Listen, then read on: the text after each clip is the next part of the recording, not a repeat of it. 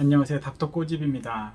오늘은 가장 많이 하는 치과 치료가 아마 충치 치료가 아닐까 싶은데, 계속 제가 치아 살리는 거 아니면 임플란트 수술 이런 거에만 집중하다 보니까 치과의 가장 기본적인, 어떻게 보면 가장 기본적인 치료에 대해서 좀 소홀했던 것 같아서 좀 가장 기본적으로 하는 그런 충치 치료에 대해서 오늘 이야기를 해보려고 하는데, 유튜브에 잘 없는 자료죠. 그래서 가장 많이 하는 충치 치료가 보통 이제 레진 치료 아니면 옛날에는 아말감을 했지만 요새는 아말감을 잘 안 하니까 치아색 나는 재료 중에서 레진 인레이 치료, 세라믹 인레이 치료 이런 거일 거예요. 근데 그 중에서 제가 이제 뭐 오늘 할 거는 그 세라믹 인레이, 레진 인레이를 할 때 실은 치아랑 어떻게 보면 그 재료를 갖다가 접착을 하게 되는데 그 접착을 하는 과정이 굉장히 중요합니다. 그게 롱저비티 한마디로 그 인레이의 수명을 갖다가 좌지우지하는 거기 때문에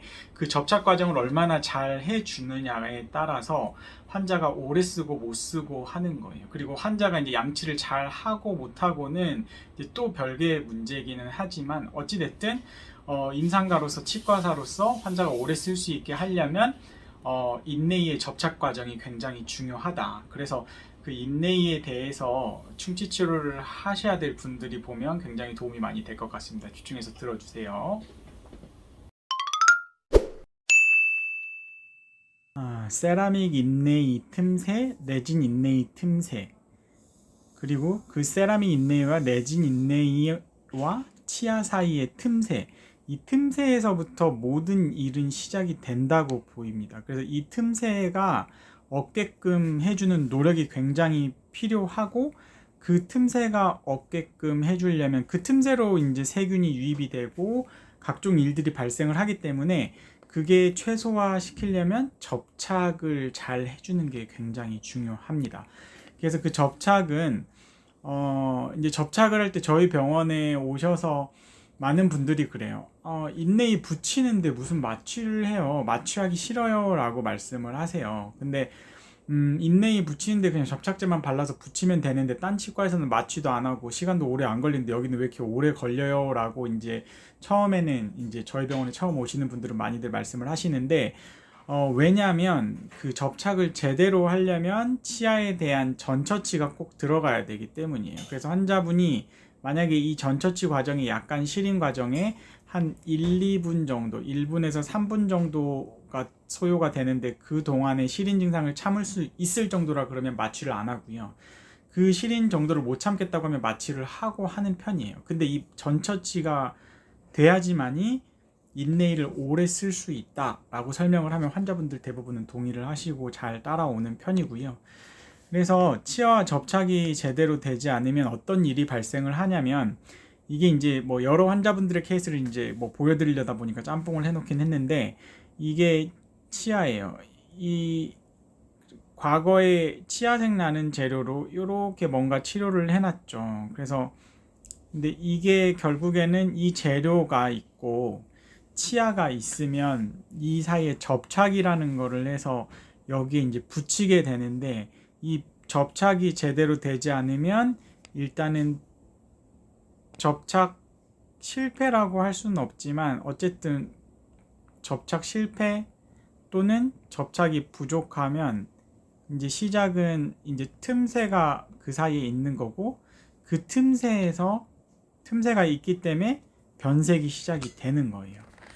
그리고 이런 식으로 변색이 있고 여기는 일부 이런 데만 살짝 변색이 있지만 이 정도로 뜯지는 않아요. 뜯어내고 할 필요도 없고. 그런데 이제 다른 치아를 보면 여기는 인레이와 치아 사이에 명확하게 뭔가 이 라인이 보이죠. 이 라인이 그냥 변색이 이렇게 일어난 게 아니고 틈이 있다는 거죠. 틈이.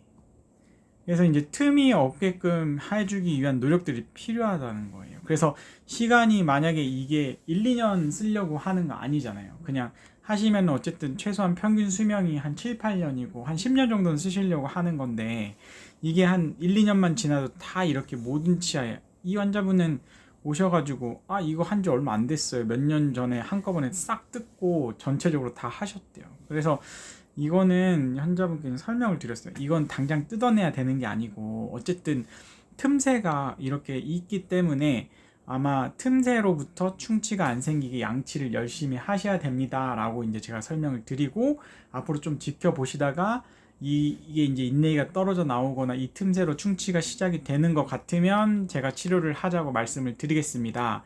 환자분이 느끼시는 뭔가 싫은 증상이 있으시면 말씀을 해주세요 라고 이제 말씀을 드렸고요. 그래서 이 모든 문제는 틈새에서부터 시작이 되는 거거든요. 이 틈새가 과연 어떤 문제를 일으키죠? 이 환자분 케이스 볼까요? 이런데 보면 레진에 약간 틈새가 있는 듯이 보이지만 여기에 틈새가 있고 여기는 이제 크랙 라인도 있죠. 약간의 크랙 실금이 가 있고 여기도 변색이 있고, 하자면 이 안쪽에 뭔가 먹는 것처럼 까맣게 비쳐 보이죠. 여기도 까맣게 비쳐 보이죠. 틈새를 통해서 뭔가가 유입이 됐을 거고 충치균이 유입이 됐겠죠. 그 다음에 그 충치균으로 인해서 충치가 진행이 됐다고 보이고요. 이거를 제거를 해보면 반드시 여기 충치가 있어요. 그래서 내부 충치가 관찰이 되면 이제 이거를 최대한 신경치료를 무조건 하는 게 아니고, 신경치료를 안 할 수 있으면 안 하고 이제 보철치료, 뭐 인네일을 다시 한다든지 크라운을 한다든지 그렇게 치료를 마무리하는 게 가장 좋고요. 이 환자분 다른 케이스인데 이것도 마찬가지로 틈새가 딱 봐도 굉장히 경계 부위가 안 좋고 안쪽에 틈새가 있죠. 이 환자분 같은 경우에는 처음에 치료를 하자 그랬는데 환자분이 치료하는 거를 안 아프니까 원치 않으셨어요. 그래서 결국에는 이제 아파서 왔을 때는 인내이 제거하니까 충치가 왕창 있고 안쪽에 신경이 노출되니까 이제 피가 나죠. 그래서 결국엔 신경치료까지 한 케이스예요. 그래서 인내이에는 충치가 의심이 될 때는 반드시 뜯어볼 필요가 있고, 평균 수명 이상이 됐다 그러면 아까워하실 필요가 없고 과감하게 교체를 하셔야 되세요. 안 그러면 아파서 치료를 하면은 항상 신경치료를 하게 되니까요. 그래서 접착은 교과서에 다 나와 있고 치과사도 웬만한 사람들은 알고 있고 조금 복잡하긴 하지만 원칙적인 대로 치료를 진행을 해야 돼요. 그래서 치아 자체 내에도 접착을 해야 되고 보철물의 내면에도 접착을 해서 완전히 합착을 이루어져야지만이 오래 쓸 수 있다 라고 보시면 될 것 같고요. 그래서 충치치료 치과를 선택을 하실 때는 충치의 가장 전문적인 과가 이제 보존과이기 때문에 보존과 전문의를 찾으시는 게 좋고, 보존과 전문의라 그래도 개원가에 나와서 원칙적인 치료를 안 하는 치과사도 많기 때문에 되도록이면 원칙적인 치료를 하는 곳에서 비용을 더 주더라도 좀 하시는 게 좋을 것 같고, 인네이 하나에 두 개에 얼마, 세 개에 얼마 이런 식으로 가격을 쫓아가지 마시고 제대로 치료를 받으셔야 그게 더 오래 쓰시는 거고 돈을 더 절약하는 방법이라고 생각이 됩니다. 충치 치료에 대해서 한번 꼬집어 봤는데 이 영상이 도움이 되셨다고 하시면 닥터꼬집 치과 DM 좋아요와 구독 요청 드립니다. 감사합니다.